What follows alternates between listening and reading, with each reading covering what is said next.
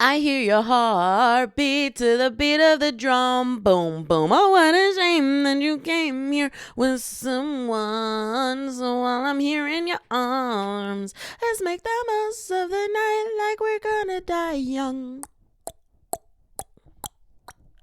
Baby Eldrazi. Baby Eldrazi. Baby Eldrazi. Baby Eldrazi. I love that that's making a comeback. No, no, no. You know what my favorite one is? Oh, crap. How's it go? L Drake. BBL. BBL. L Drake. BBL. Otra vez. L Drake. Oh my God. I love that after Kendrick finished his Super Bowl performance, like instantly BBL Drizzy is back on people's timelines. People remember that BBL Drizzy is a thing. It is honestly showing that we're healing as a country, as a nation. Ugh. Oh, funny. Anyways, baby Aldrazy, baby Aldrazy. I need to go listen to it. Run the intro as I go listen to this, cause like, huh?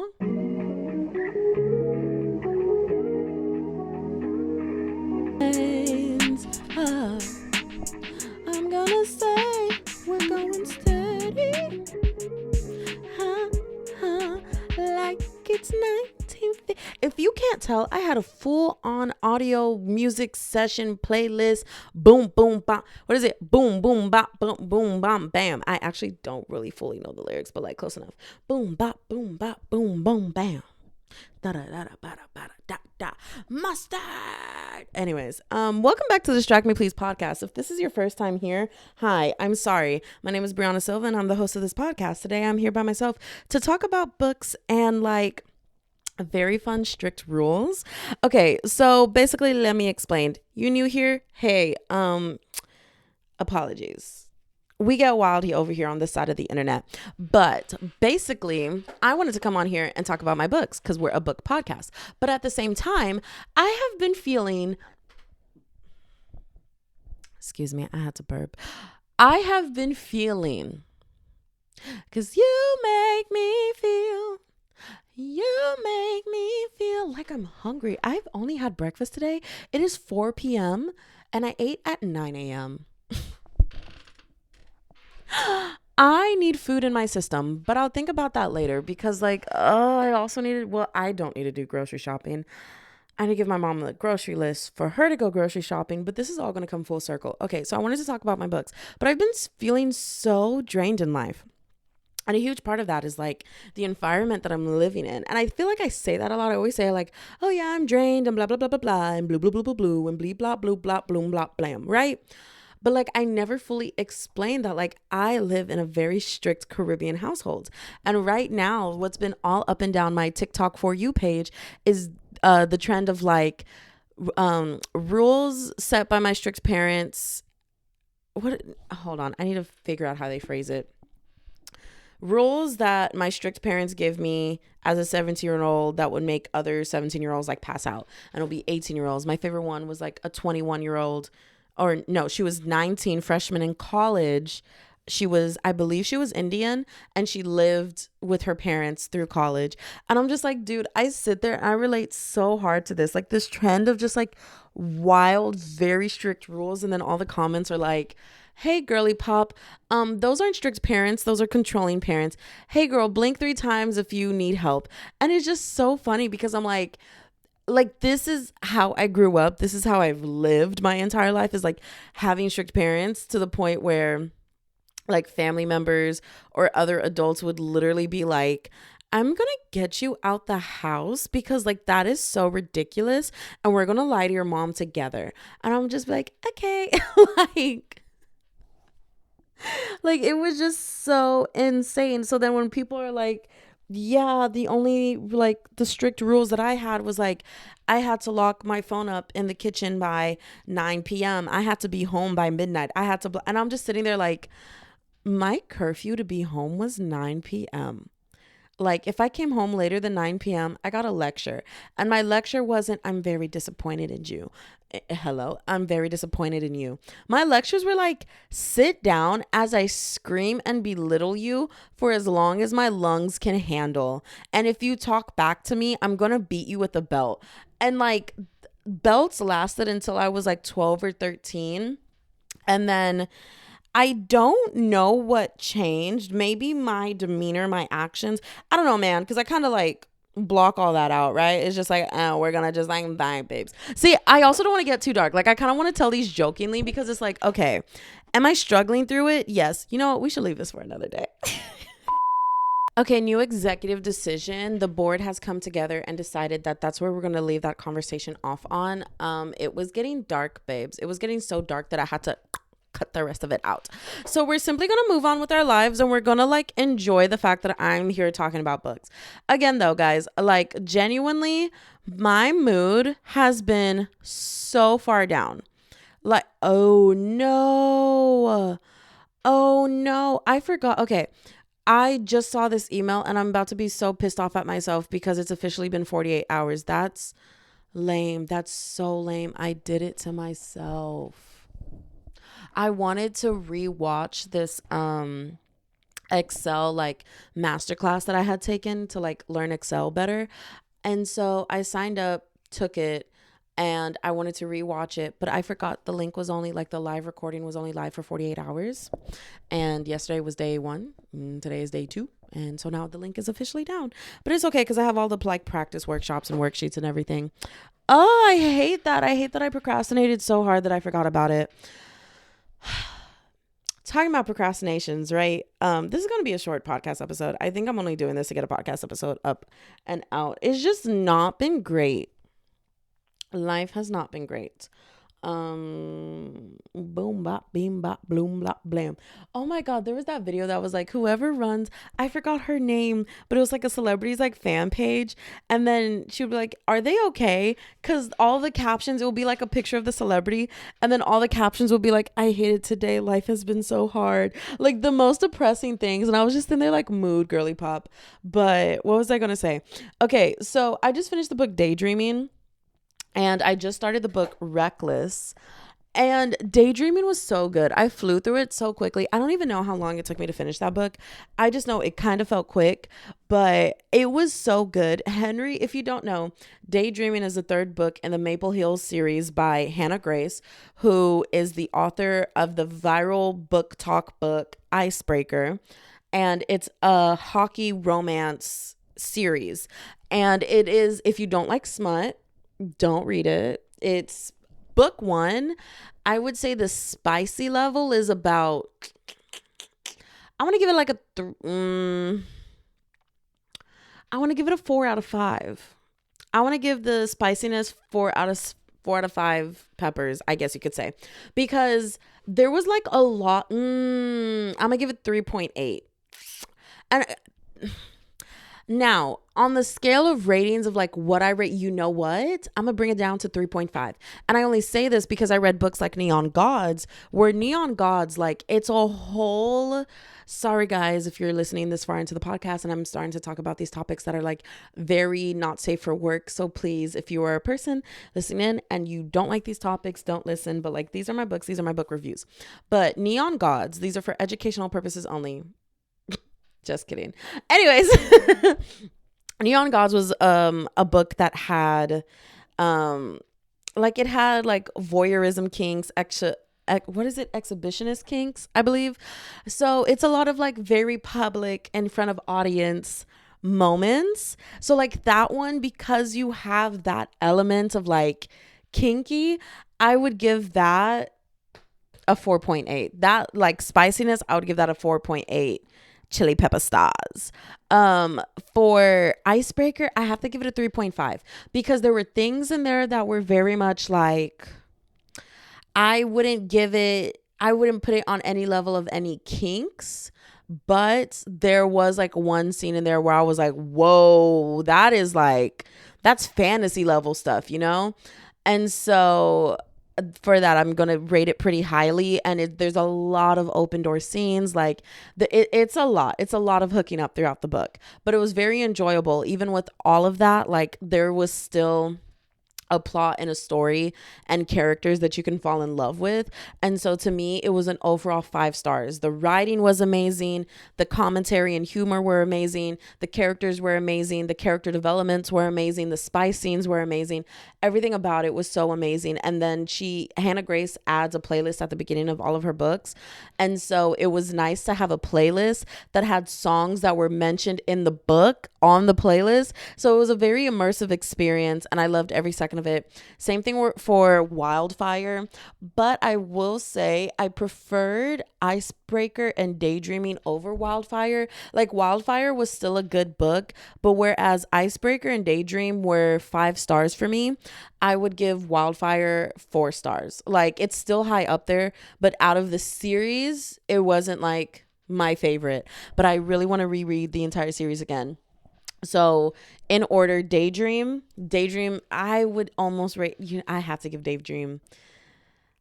I want to give it a 6 stars. Truly, I would say 5.5. I don't think it's a full 6. I would give it a 5.5.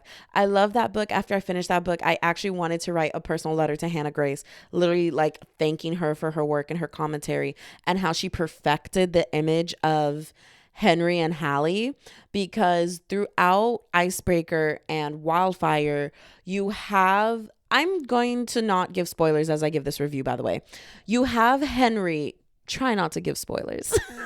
Let's emphasize try. I'm a blabbermouth who gets really bad at like giving spoilers. But you have Henry, who through book 1 and 2 is very obvious that he's neurodivergent, but like you hear it in the way like everyone thinks about him because you're in everyone else's perspective of him, and it's always like he says things that he shouldn't say. Like he's such a strange man. Like I don't get it, but everyone loves him because like he still is like, I don't know how to say this properly. Like I don't know the proper words for it. Where whatever spectrum he's on, because I think, yeah, I would say whatever spectrum he's on, whatever neurodivergentness that he has going on, he's not so far gone that like no, I don't even think that's the correct way to put that. Like, but basically it's still very easy for him to interact with a group of people who don't know what he needs to be diagnosed with, and like they still love and accept him basically. And I don't mean that in the sense of like, if you are like, I don't know, like if you have the nonverbal type of autism that like you can't interact with people, but I think if you're not diagnosed with that, it makes it really hard for people to be able to interact with you in a way that meets all your needs. And that's what I mean by that. It's like it's very obvious that it's like one of these things are not like the other, but it like there's just moments where you kind of like scratch your head where you're just like, Henry, but like he's so lovable and I love him, and he's always like the charmer, and he's like also known as the like character who gets all the girls, and all the guys are like, what the hell, Henry, sweet innocent honest Henry keeps getting all these girls.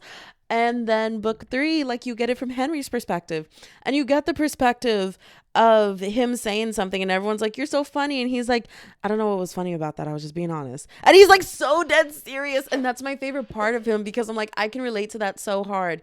And he never gets fully diagnosed by a doctor, but you have a character in there who is saying, oh, and Hannah actually starts off the book saying she does not want to give Henry a diagnosis because there's a lot of people who are neurodivergent who never get a diagnosis who can live very happy, normal lives.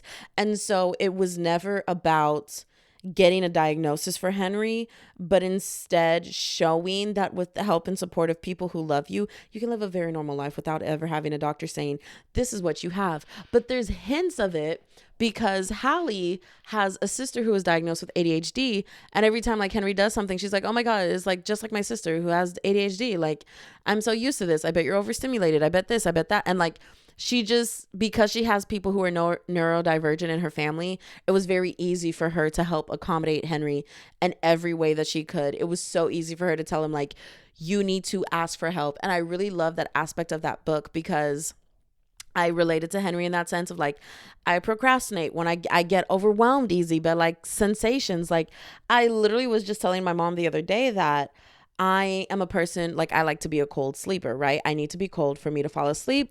Found out scientifically your body temperature does lower when you fall asleep. And so if you, not artificially, but if you quicken that process of like sleeping in a colder room, you will fall asleep faster because your body has dropped the couple degrees that it needs to drop for you to fall asleep. And so there's that aspect, but also I need to be cold because I need a heavy blanket on me. And I'm not just talking about a weighted blanket. Like, I do have a weighted blanket and love her, but if I can't use my weighted blanket, I also have this really big, thick, fluffy comforter.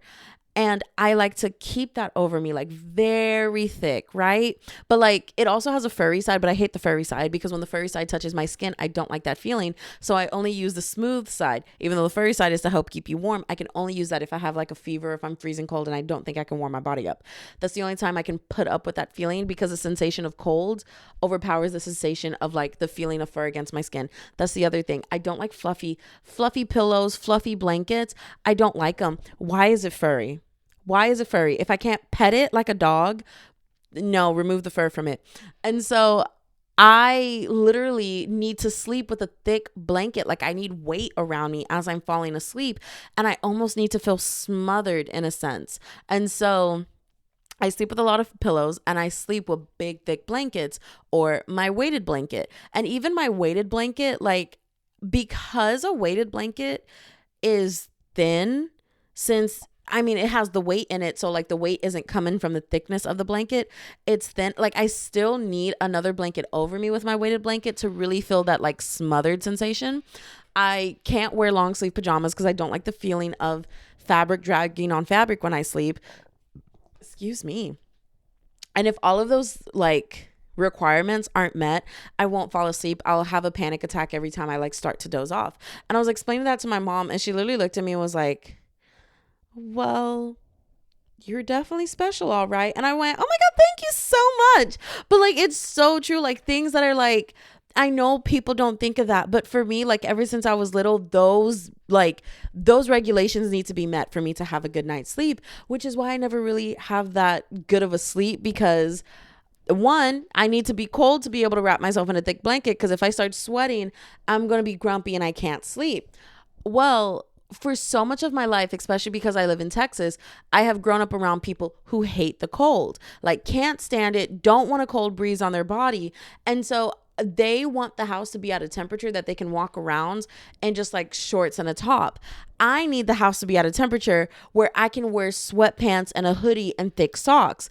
And so it is always an argument. This is why I want to like live by myself so badly because like there's just so much things that are just like, it just overstimulates me. Like, the feel of hot air entering my chest makes me feel like I can't breathe. So I hate when the heater's on. I would rather shiver through it. Like, there's just so many small things that like always made me realize like, oh, one of these things is not like the other. But it's like, again, it's not enough to the point where people necessarily have to make accommodations for me, but I think my life would be easier if I had those accommodations, if I had a diagnosis. And it was just nice to see it in a book. It was so nice.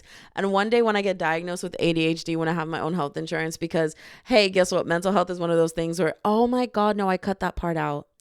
Oh, while I was describing like rules that like my strict parent rules as a 25-year-old that would make other 25-year-olds pass out. One of them is, even though I'm on my mom's health insurance and I have my own health insurance card and it's like a lot of things are covered by our health insurance, I can't go to the doctor unless she deems me sick enough to go to the doctor. And it's not that she can't afford it. Again, I'm very thankful that we do have health insurance that does cover a lot. And for what it doesn't cover, we do have a specific card that money has to like go towards. It's an HSA card. If you don't know about it, you don't know about it. But yeah, basically like whatever we have to pay out of pocket, lucky enough that we have an HSA card. So we never actually pay things out of our pocket and own personal bank accounts. Like this, it's all covered. And so like she doesn't actually technically pay for it.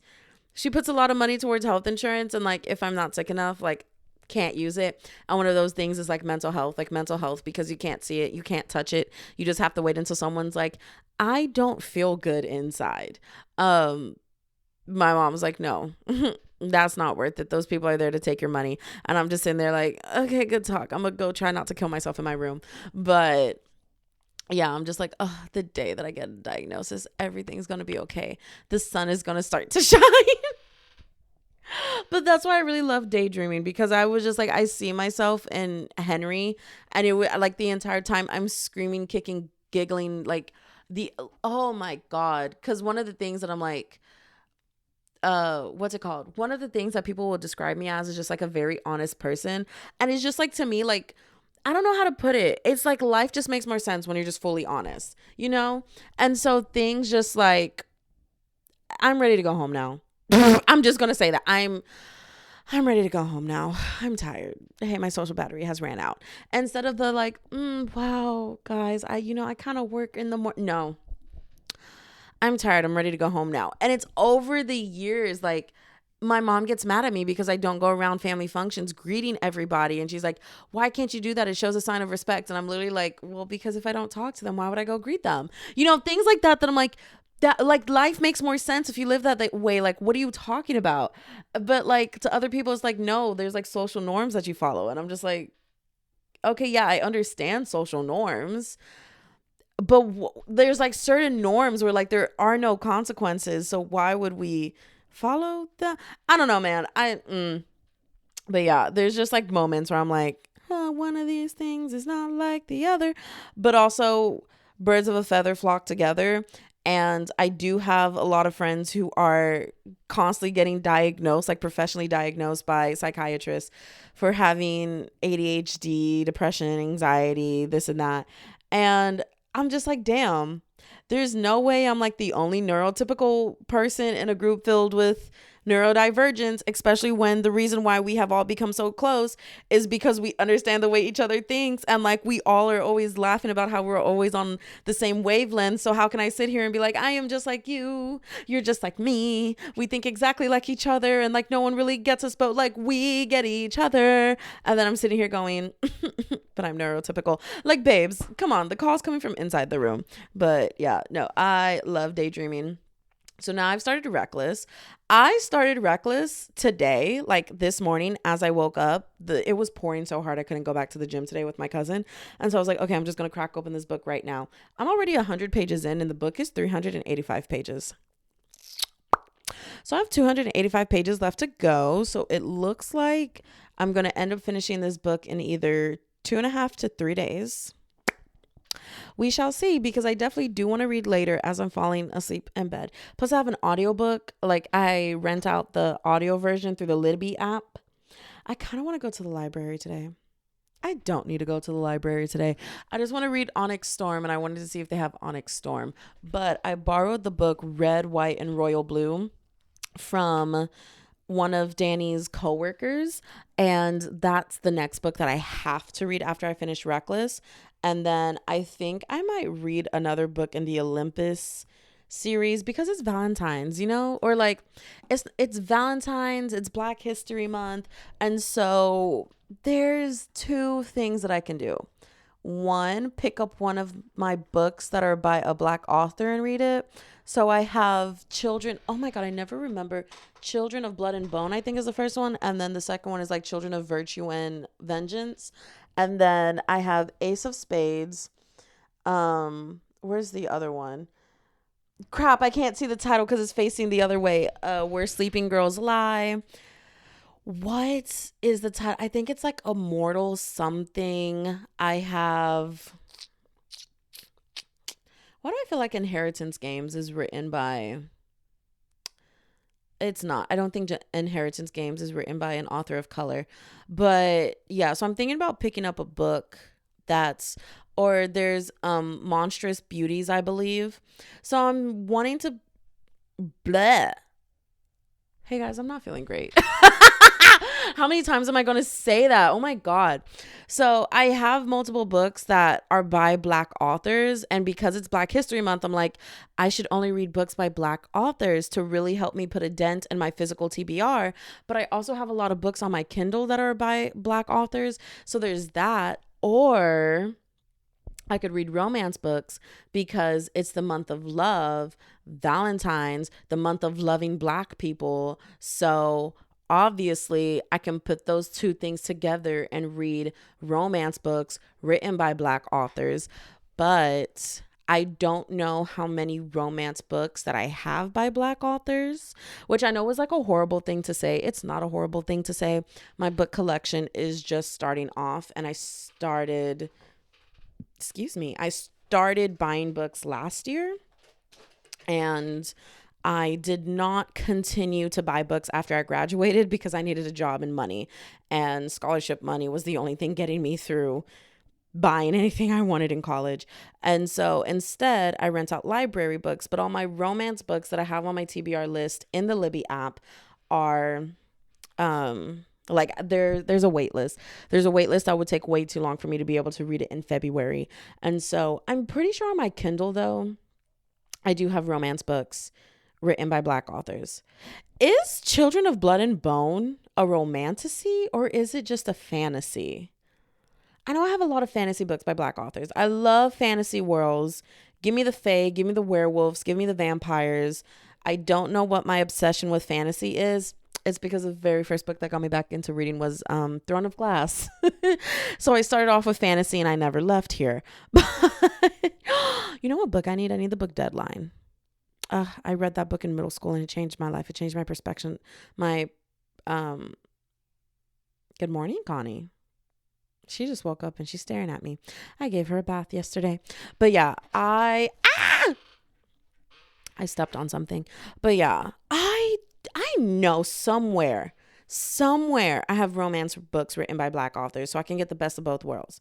You know what? I wonder but Ace of Spades is a YA novel. So I don't actually know if it's like YA with a like a hint of romance in the back. I actually don't know what Ace of Spades is about. I know it's set in high school, and that's about as much as I know. I'm not gonna lie to you. I'm gonna see if that Immortal book is romantasy. I can find something. I can definitely find something that I own that is a romance novel written by a Black author. That's all I need in my life. So I can fix that craving of romance and fix the craving of is Black History Month, so let's support Black people.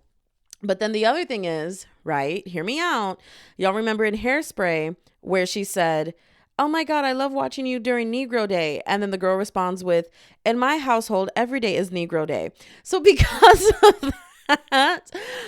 of that, I don't want to just emphasize a bunch of books written by Black authors only during Black History Month, and I don't feel the need and the itch to like gravitate towards those books because, again, living in a Black household, every month is Black History Month for me. Like, what? But for like podcasting content is the only reason why I'm like, oh, but I should pick up books by Black authors so I can really highlight it, because even though I hate this, I don't know, man. I don't know. We're going to listen to my inner dialogue. So there's a one side of like during Black History Month, I know people are more likely to want to pick up things made by Black people, created by Black people, because they're following the trend. But also, obviously, I'm also going to promote stuff by authors of color, like throughout my entire time, podcasting about books, because that's really where I want to put an emphasis on it.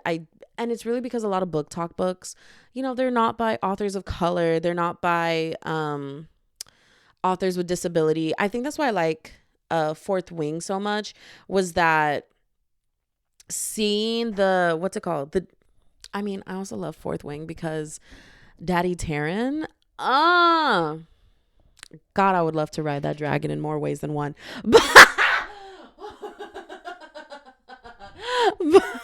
I'm 25. Yes. But like in Fourth Wing, the comedy, the humor between all the characters. And then my favorite part was that she seamlessly integrated a deaf character without making it be this whole moment of like, she's deaf. Instead, it was like, yeah, no, we all know how to sign. And then the one person who didn't know how to sign, she was like, oh my God, you don't know how to sign? You can't speak sign language. What's wrong with you? And it was like the best part. And I really love that moment on top of the diversity of the characters, because everyone repeat after me. Xaden is not white. The topics of discussion in the book series about a government that hides things, a government that rewrites history. She literally says in an interview that is what pushed her to write Fourth Wing, because seeing that the authors of history changes the way that we learn about our history and changes the way that people think about governments, about nations, about a certain kind of people, specifically just due to whoever controls the pen when history is being retold. It's such a beautiful book. And then throughout, I didn't catch this because it was my first time learning about it, but like throughout the entire time, Violet, the main character, she has weak bones. Like, you know, that guy on SpongeBob that was like, my bones are made of glass. Every morning I wake up and I break my bones and then I do this. And like, he just like has horrible medical issues every morning. Well, that's Violet. And because I didn't know that that's an actual like diagnosis and like an actual disability, I didn't catch it until Rebecca Yarros was like, yeah, and I actually have what Violet has, which is why I wrote about it, because I do have weak bones. My joints are more likely to dislocate. I am more likely to break a bone. I am in pain all the time. And then doing research on it, it turns out like I cannot remember the name of it. On top of every time I try to read the name of it, I can't pronounce it. But yeah, very stretchy, elastic skin. Like, it's an actual disability that, you know, just changes the way a lot of people live. And so getting to learn that, like, hey, there was more than one disability in that book, I truly love to see that. I really love to highlight that. Which brings me back to Icebreaker. There's a character in there that's in a wheelchair. And it's just, again, this is why I love reading. Because sometimes I feel like reading just puts me in worlds that I wish that reading puts me in worlds that makes me wish that that's how my world was, on top of like I want to be a dragon rider myself. But like moments of there's a character in a wheelchair and no one blinks an eye about the fact that they have like one person in a friend group who's in a wheelchair. Like, it, like no one questions it. Never once is it like, he's in a wheelchair. Instead, it's like, oh yeah, and that's Robbie. He sucks. He throws the best parties. Love him. Big dog, what's up? Like, love. And every time, like, all of his friends are constantly like, okay, do we have wheelchair accommodations? Okay, let's make sure we have this. Like, everyone takes care of Robbie. No one makes fun of him. No one belittles him. It is just like so nice and refreshing to hear, instead of like, you know, a world where people belittle disabled people because they think it's never them. And that tweet, well, it was actually a thread that I always see all the time where it's like, people should advocate more for disabilities and having resources for disabilities, especially from the government, because how did they state it? Becoming a person with a disability is the one thing that can happen in your life at any time. This can happen at any time, especially as you get older. Now, age itself alone can be considered a disability, because depending on how long you live, hey, you can't walk as well. Now you're in a wheelchair. You can't, you know, help put clothes on in the morning because your bones are too weak, like you're just too old. And so people need to be more accommodating. And I'm just like, oh my God, yes. And especially now, like, these are things that I pay attention to, where, you know, it's like, is there a wheelchair ramp? Am I about to walk into the store and there's a lip and like there are no stairs? Like, I mean, there are only stairs. There's no ramp. And it was so funny. Like, one time I was like, I had to drag a wagon of stuff into a store, and and I'm looking at the curb and I'm looking around and I'm like, wait a minute. There is no disabled parking, nor is there a ramp for disabled people. And because of that, I am now in a position where I have to struggle much less for a person who does need that ramp as an accommodation. And I sit there and I am silently cussing this store out in front of the door. And that doesn't make me a hero or anything, but I just thought it was so funny. Anyways, sometimes I just ramble, but no, literally, I was just like, this is like actually funny because like, girl, you ain't doing nothing but like making yourself angry. Like, not a thing was done. Did not go in there like, y'all need to have a blah, blah, blah. Because I'm just like, okay, who can I call? Obviously, who can you call? Ghostbusters. But no, literally, it was just kind of funny because I'm like, Brianna, you're yelling in your head.